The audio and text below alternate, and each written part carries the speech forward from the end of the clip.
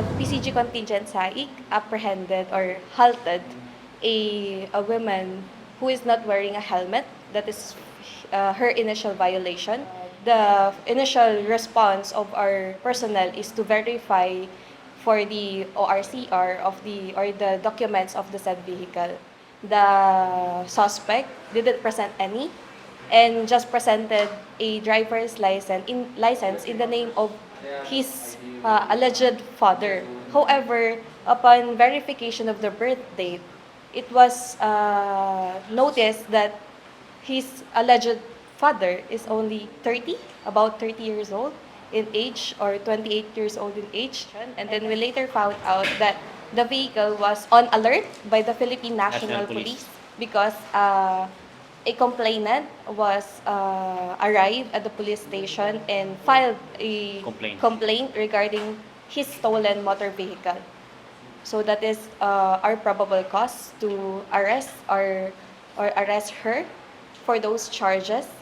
And after that, we have proceeded to the booking procedure where we have taken the mugshot photos of her together with the collection of her personal information. And then afterwards, we proceeded to East Avenue Medical Center for her medical examination. So upon investigation, we have verified that they are using Tangay Scam, wherein they entice married men who spend a date with them, and then they would spend the night together. And then when the victim was already fall asleep, they will took this as an opportunity to took away their vehicle. And we managed to file the case in the RTC Quezon City. Quezon City. For the case of carnapping. Yeah. However, upon given of the court order, it was said that the case was not strong enough for the complainant didn't file the complaint. He doesn't want to proceed the case because he's a married guy and he doesn't want to complicate more things, especially within his family. Yeah. And he just wanted to get back his motor vehicle because his primary source of living is a delivery rider. Still, we are that is our lead for a more complex investigation, especially on the syndicate behind this modus operandi. Yes. That is our initial lead for that investigation, and we're still looking for other similar cases to trace back the main culprit of the said syndicate.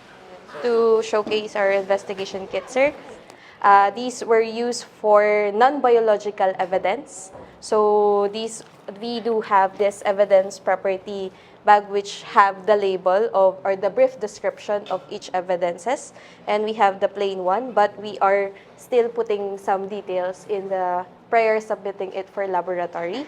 Ruler, sir, we have masks, of course, for masks and gloves in order not to contaminate the crime scene, and we use this label.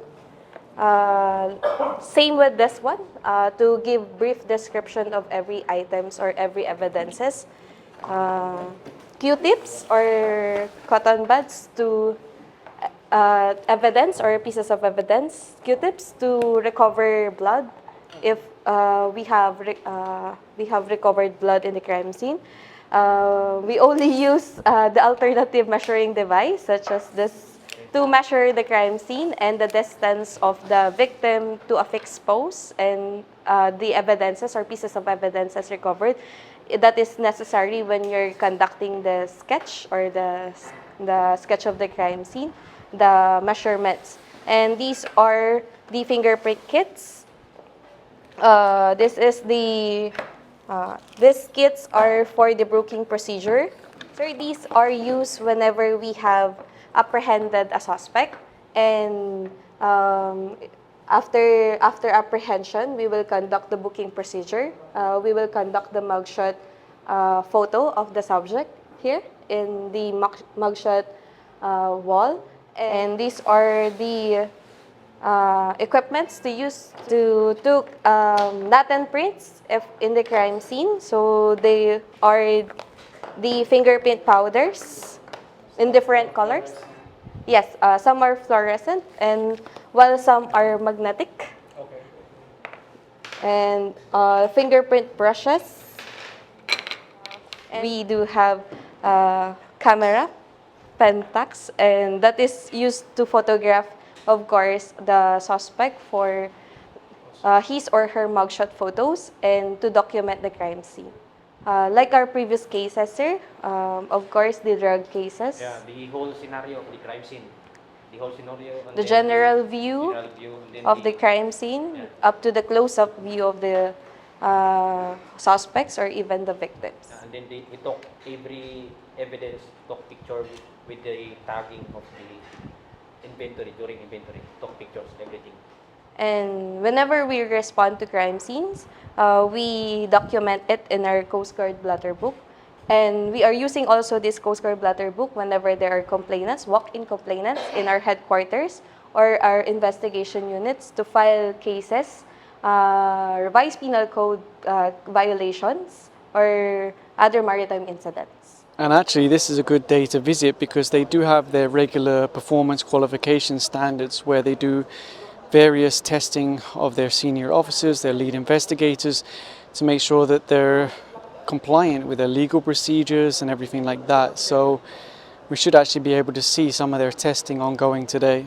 So over here, for example, you can see that they're practicing the processing, I believe, of latent fingerprints. And then if we leave those for a moment, over here,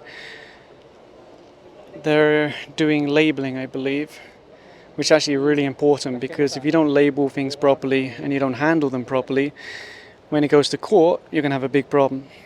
How many times have you seen cases thrown out because they weren't handled properly, right?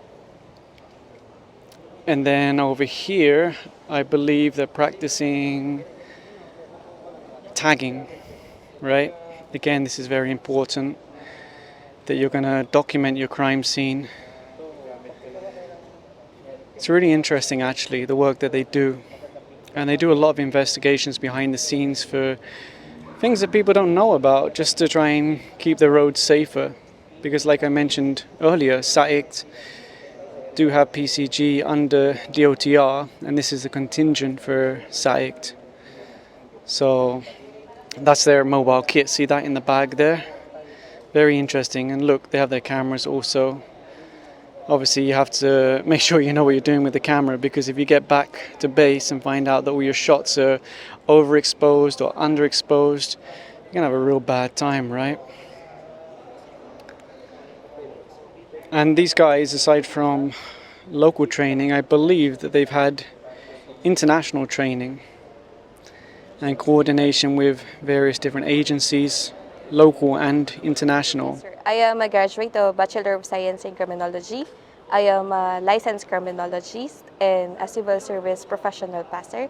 I have undergone the Investigation Officer Basic Course, which was offered by the Philippine National Police Directorate for Investigation and Detective Management, PNPD IDM, which is the basic or the foundational investigation course being offered by the PNP for the chief of, for their soon-to-be chief of police. It is a requirement or a mandatory requirement prior you to be deployed as a chief of police. You need to have this particular training, and I have also attended several foreign-sponsored trainings, which is conducted here locally. And the most recent training that I have undergone is the practical forensic techniques offered by the JICA or JICA and Japan Coast Guard in Fukuoka, Japan for 3 weeks. That's a lot of training. Yes, sir. That's impressive, very impressive. Yes, sir. We really need to have these capacity building initiatives in order to equip our investigators to fulfill our mandates and to serve, of course, our public, to serve, of course, the public and the community. And actually over here, I believe they're having an awarding ceremony or an awarding process. Our commandant this morning would like to recognize the effort that you have done and you have made and you are doing right now and you will continue to do as far as road safety and security of our personnel, not only within the busway, but those using different modes of public utility vehicles. For their exceptional and commendable contributions, the Philippine Coast Guard PCG contingent SAICT for the Special Action and Intelligence Committee, SAICT for Transportation, has consistently worked to ensure the safety and security of commuters, operators, and drivers. Over the past year, the SAICT has made a remarkable strides in safeguarding the nation's transport infrastructure, focusing on preventing criminal activities, ensuring the safe passage of goods and people, and addressing emerging threats to public safety. Their diligent efforts have not only maintained order on the roads, but have also fostered a safer environment for all those who rely on public transportation by conducting regular security patrols, intelligence gathering, and swift response operations. The Philippine Coast Guard contingent has been instrumental in reducing incidents of crime and violence that disrupt transportation services. They have also implemented several proactive measures such as enhanced safety checks, risk assessments, and collaboration with local law enforcement, ensuring that both land and sea transport remain secure.